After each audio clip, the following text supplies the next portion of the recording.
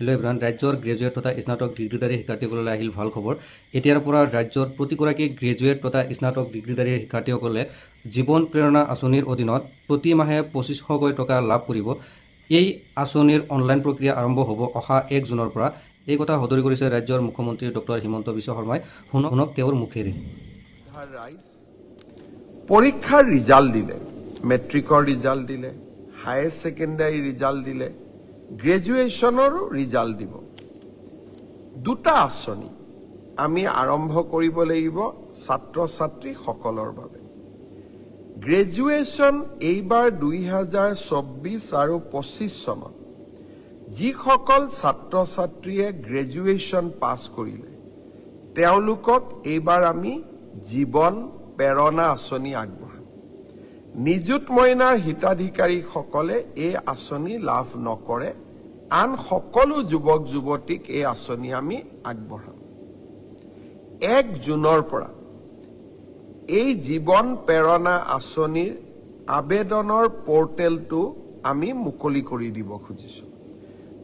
2024-25 চনত অসমৰ যিকোনো বিশ্ববিদ্যালয়, প্ৰাইভেট ইউনিভাৰ্চিটিৰ পৰা পাছ কৰিলে নহ'ব, যিকোনো চৰকাৰী বিশ্ববিদ্যালয়ৰ পৰা পাছ কৰা স্নাতকসকলে এই জীৱন প্ৰেৰণা আঁচনিৰ বাবে আবেদন কৰিব পাৰিব।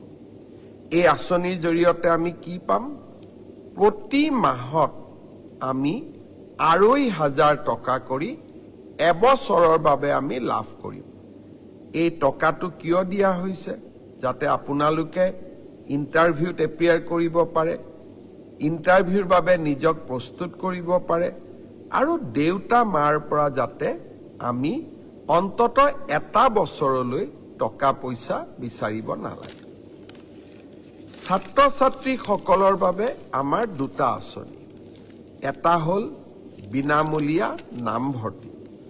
অহা 28 তাৰিখে মই অসমৰ কলেজসমূহৰ অধ্যক্ষসকলৰ সৈতে বা 29 তাৰিখে মই অধ্যক্ষসকলৰ সৈতে এখন ভিডিঅ' কনফাৰেন্স কৰিম।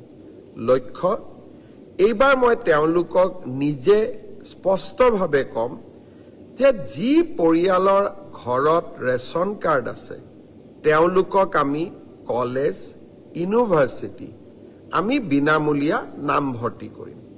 কোনো স্পৰ্টছৰ বাবেও ফিজ নলওঁ, মেগাজিনৰ বাবেও ফিজ নলওঁ, আমি একোৱেই ফিজ নলওঁ। তেওঁলোকক আমি পোনছাতে বিনামূলীয়া নামভৰ্তি কৰাৰ সুবিধা দিম। দুই এজনে প্ৰশ্ন কৰিছে যে মই দুখীয়া মানুহ, মোৰ ঘৰত ৰেচন কাৰ্ড নাই, মই বিনামূলীয়া নামভৰ্তি নাপাম নেকি?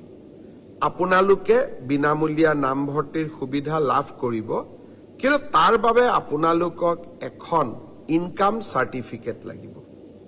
কিন্তু যাৰ ৰেচন কাৰ্ড আছে, ৰেচন কাৰ্ডখনেই ইনকাম চাৰ্টিফিকেট।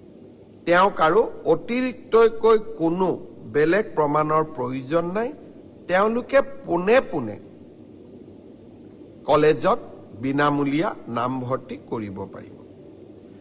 শ্ৰদ্ধাৰ ৰাইজ, নিযুত মইনা আঁচনি মোৰ আটাইতকৈ ভাল লগা এখন আঁচনি। অসমৰ মোৰ ছোৱালী ভাগিনসকলৰ বাবে, ভাগিনীসকলৰ বাবে আমি নিযুত মইনা আঁচনি আৰম্ভ কৰিছিলোঁ। যোৱাবাৰ প্ৰথম বৰ্ষত আমি নিযুত মইনা আঁচনি আগবঢ়ালোঁ। আপোনালোকে সকলোৱে জানে যে এই আঁচনি আমি বছৰত 10 মাহৰ বাবে এই আঁচনিৰ টকা আমি লাভ কৰোঁ। এতিয়া 10 মাহ সম্পূৰ্ণ হ'ব, কিন্তু দ্বিতীয় বছৰতো আমি নিযুত মইনাৰ আঁচনি পাম। দ্বিতীয় বছৰৰ কাৰণে আমি ইতিমধ্যে আপোনালোকৰ প্ৰপত্ৰসমূহ আমি সাজু কৰি উলিয়াইছোঁ। কলেজৰ অধ্যক্ষসকলে আপোনালোকক প্ৰপত্ৰ যোগান ধৰিব। যিসকলে দ্বিতীয় বছৰতো ষ্টাডি কণ্টিনিউ কৰিব খোজে, ড্ৰপ আউট নকৰে, তেওঁলোকক আমি নিযুত মইনা আঁচনি নিৰন্তৰভাৱে আমি দ্বিতীয় বছৰৰ বাবেও যোগান ধৰিম। অৰ্থাৎ ফাৰ্ষ্ট ইয়াৰত আমি পালোঁ বা পাই আছোঁ, এতিয়া আমি ছেকেণ্ড ইয়াৰতো পাম। এইবাৰ আমি আঁচনিখনত 2-এটা পৰিৱৰ্তন আনিছোঁ। চৰকাৰী মহাবিদ্যালয় বা বিশ্ববিদ্যালয় যিসকলে সেলফ ফাইনেন্সিং কোৰ্সত পঢ়ি আছে তেওঁলোকেও এবাৰ নিযুত মইনা পাব। যোৱাবাৰ মোক বহুত ছোৱালীয়ে লিখিছিল যে মামা আমি নিযুত মইনা পোৱা নাই। পিছত মই খবৰ কৰি গম পাইছিলোঁ যে তেওঁলোকে চৰকাৰী কলেজতে পঢ়ে, প্ৰাদেশিকৃত কলেজত পঢ়ে, কিন্তু সেলফ ফাইনেন্সিং কোৰ্সত পঢ়ে। তাৰ বাবে যোৱাবাৰ আমি নিযুত মইনা দিয়া নাছিলোঁ, কিন্তু এইবাৰ আমি সেলফ ফাইনেন্সিং স্কিমত পঢ়া সকলকো আমি নিযুত মইনা আঁচনি দিম। প্ৰশ্ন হ'ব, প্ৰথমৰ পৰা দ্বিতীয় বৰ্ষত পোৱা সকলে নিযুত মইনা পালে, প্ৰথম বৰ্ষৰ সকলে নিযুত মইনা পাবনে নাই? আপোনালোকে চিন্তা নকৰিব, নাম ভৰ্তি কৰাৰ লগে লগে আপোনালোকে নিযুত মইনাৰ প্ৰপত্ৰ পাব। আৰু নিযুত মইনাৰ প্ৰপত্ৰ পূৰণ কৰাৰ লগে লগে ক্লাছ 11 ডিগ্ৰী ফাৰ্ষ্ট ইয়াৰ আৰু পোষ্ট গ্ৰেজুৱেট ফাৰ্ষ্ট ইয়াৰত নাম লগোৱা সকলো ছোৱালীয়ে নিযুত মইনা আঁচনি লাভ কৰিব। কিছুমানে মোক কৈছে যে মামা স্কুটি নিদিয়ে নেকি?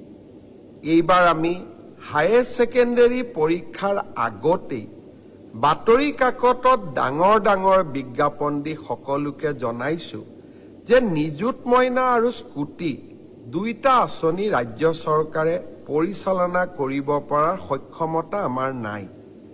আমাক কতো আমি টেক্সো নতুনকৈ ল'ব নোৱাৰো। সকলোৰে লগত আলোচনা কৰি সকলোৱে আমাক পৰামৰ্শ দিছিল যে স্কুটি ফাৰ্ষ্ট ডিভিজনত পাছ কৰা ছোৱালীসকলে পায়, কিন্তু নিযুত মইনা সকলোৱে পাব। আৰু সেইকাৰণে আমি নিযুত মইনা আঁচনিখনহে পৰিচালনা কৰিব লাগে, স্কুটি আঁচনিখন পৰিচালনা কৰিব নালাগে। একেবাৰতে বন্ধ কৰি দিলে কোনোবাই বেয়া পাব। সেইকাৰণে এইবাৰ আমি পৰীক্ষাৰ আগতেই সকলোকে কৈছো যে 80% লাভ কৰা ল'ৰা আৰু ছোৱালীকহে এইবাৰ আমি স্কুটি দিম। কিন্তু যিসকলে স্কুটি নাপাব ছোৱালীয়ে ভাগিনীসকলে তেওঁলোকে নিযুত মইনা আঁচনি পাব।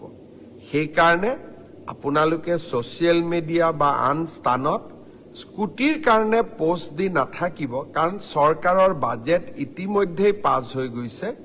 আমি সকলো বিধানসভাত বহি একেলগে সিদ্ধান্ত লৈছো যে আমি স্কুটি নিদিওঁ, নিযুত মইনা দিম। আৰু নিযুত মইনা আঁচনিখনে ইমান দুখীয়া ল'ৰা ছোৱালীক, দুখীয়া ছোৱালীক সহায় কৰিছে, তাক আমি তাৰ যিটো উপকাৰিতা তাক আজি আমি মৰ্মে মৰ্মে দেখা পাইছো। দেউতাক মাকে এতিয়া ছোৱালীৰ পঢ়াৰ খৰচেই দিব নালাগে। চৰকাৰৰ পৰা পোৱা নিযুত মইনাৰে আমি অন্তত কলেজৰ বহুখিনি দায়িত্ব আমি পালন কৰিব পাৰো। দেউতা মাৰ কষ্ট কমিছে। সেইকাৰণে আমি নিযুত মইনা আঁচনিখন আকৌ এবাৰ প্ৰথম বৰ্ষ আৰু দ্বিতীয় বৰ্ষৰ বাবে মুকলি কৰি দিছো। শ্ৰদ্ধাৰ ৰাইজ, পৰীক্ষাৰ ৰিজাল্ট দিলে, মেট্ৰিকৰ Thanks for watching.